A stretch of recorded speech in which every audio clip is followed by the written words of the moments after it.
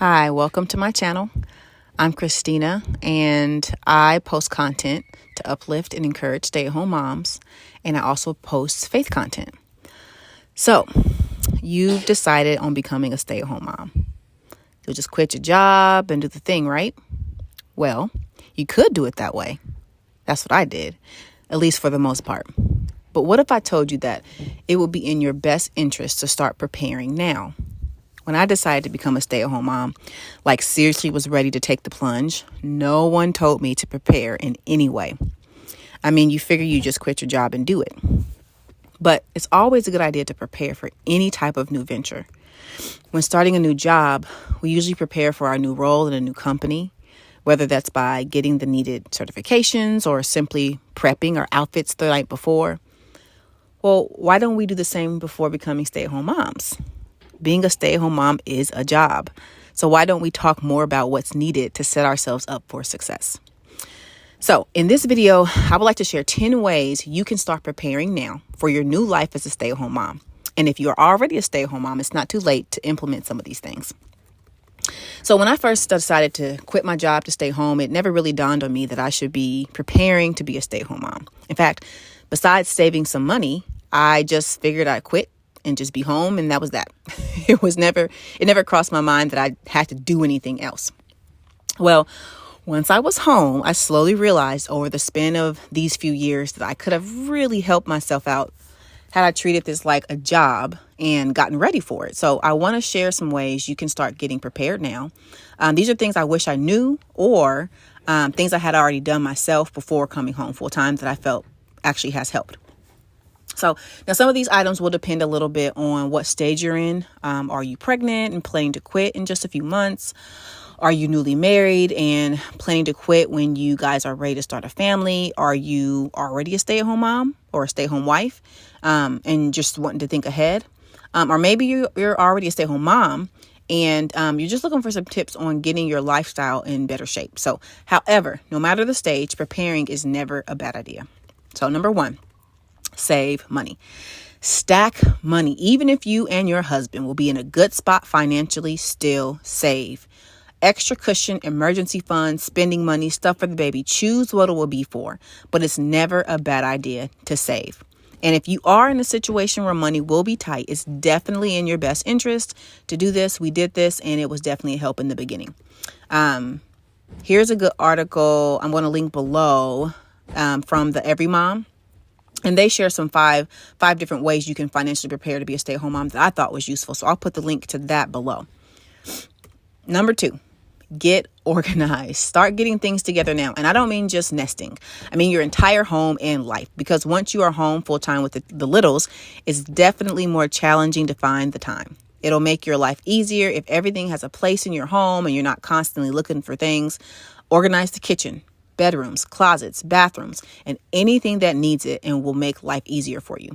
I can't tell you how many times I would run around the house looking for this or that while carrying or crying a baby because I wasn't super organized in the kitchen. Instead of wasting time trying to find utensils, you'll move efficiently around the kitchen, which is important because you're on borrowed time. If you're the one who handles the bills in your home, for example, have all your passwords handy, links to sites where you'll need to pay, numbers to call, etc. This way, if you get a few minutes downtime, you can actually knock some bills out instead of searching around for links and passwords and wasting that time and not getting anything done. Number 3, be prepared to be flexible with your cleaning routine. So one thing you can expect is to constantly be trying to catch up on cleaning, especially if you have little ones. I have 2 littles. I have a 1-year-old and a 4-year-old, and they keep me so busy during the day that even if I start to clean something, I have to stop halfway through. So if you are used to having these things perfect and clean and orderly, you may have a bit of a shock. Give it time and you'll find a groove, but being home all the time means more mess to clean and seemingly less time to do it with little kids. So, and when you do find that groove, expect it to shift and change. Be flexible. It may be difficult at first to do things a specific way at a specific time every day or every week. Number 4. Make sure you have not chained your identity to your career. And I actually have a separate video and blog post that kind of talk about this topic, and I will link that below as well.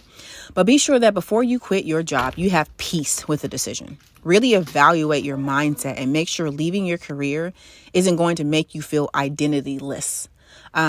Otherwise, you might feel like you've lost your worth as a person and your role as a stay-at-home mom will not be fulfilling. Changing from career woman to stay-at-home mom is an adjustment all on its own. Let's not allow ourselves to make it more difficult by tying our worth and value to a job. Number 5, talk with your husband about who will handle what. So get ahead of the game on who will be responsible for what. Likely you and your husband already have got some sort of system down. But once you're home, that'll likely change. So talk over those things now so there is no confusion once you're home, whether that's who will handle finances, how cleaning will be handled, etc. If you decide on things now, it may help eliminate frustrations later. Number 6, think ahead on ways to get out the house. This one seems a little weird, but getting out of the house for some fresh air and variety is so important. And this is coming from an introvert I love spending most of my time inside anyway, away from the world. But after spending so many days behind 4 walls, it's just healthy for both you and the kids to get out. But it can be tricky if you're planning to visit family and friends, because unless you know other stay-at-home moms, most everyone will be working. So start thinking ahead about the different things you can do to get you and the kids out of the house. And think of things you can do to get out of the house without the kids. This seems also silly, but there have been so many times when I wanted to get out of the house, whether alone or with the kids, and I just didn't know where to go. So I just stay home. Look up local parks. If you like play groups, look into that. Library programs, just all kinds of different things, whatever you can think of. But just start thinking about those things now so you're not scrambling for ideas on those days where you just need to get out. 7, learn to meal prep or cook in bulk or freeze meals. So I can't tell you how much I wish I would have learned to prep and freeze meals before now. Although I'm still not freezing meals, I do appreciate prep. Even if it's just making a big batch of pancakes for the weeks. I do this all the time. It counts. When I finally started doing this, even in small little ways, it made such a difference. The more I prep in advance, the less cleanup there is later, and the less time I'm in the kitchen. It's a win. So when you have little ones, it can sometimes be challenging to get any meal cooked.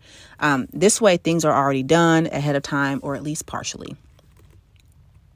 Number 8, declutter. So in addition to organizing, you'll want to declutter. Spend some time, decluttering those spaces that are just overrun with junk, and do this before you organize. Because if you think you don't have time to do this now, it will be more difficult to find the time once you're home full time with the kids.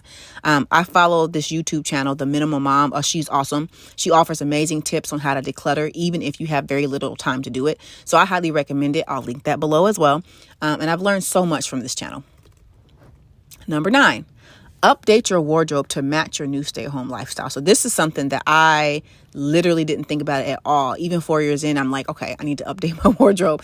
This is a big one that I wish I had thought about prior to coming home. More than likely, the clothes you wore to work will not work for your new stay-at-home mom lifestyle. Yes, you can technically wear slacks and a nice blouse around the house, but will you feel comfortable? Will it be appropriate when you know you'll just be getting messy? I'm not saying wear a bunch of old t-shirts and sweats all day, but you can buy cute clothing that works better with your new job at home. Every day for the first year or two, I would go to my closet and just, honestly, I'm saying the first year or two, is even now, I really need to do an overhaul. And I just feel like I have nothing to wear, even though I have a closet full of stuff. But it's because I don't really have anything that fits my new life. So I need to start putting together a wardrobe that I think would work for my new stay-at-home life. And I suggest that you do the same. And I plan on doing that and writing a blog post and putting a video up about that as well. But that's a good way to prepare for your new life, because you're doing things a lot differently. You're doing a different job than you did before. So you're going to need a new wardrobe, a new uniform that matches that. And finally, number 10, do a practice run being on one income. So if money is a concern for you and your family, do a practice run by living on one income. Test it out, save some money, and see if you guys can make it work. So whenever you get paid, or you're, more than likely it'll be you. So when you get paid, just put your check aside. Just put it aside and see how you guys can do on that one income. So in conclusion, preparedness is just always a good thing. And if you're a Christian, it's definitely biblical.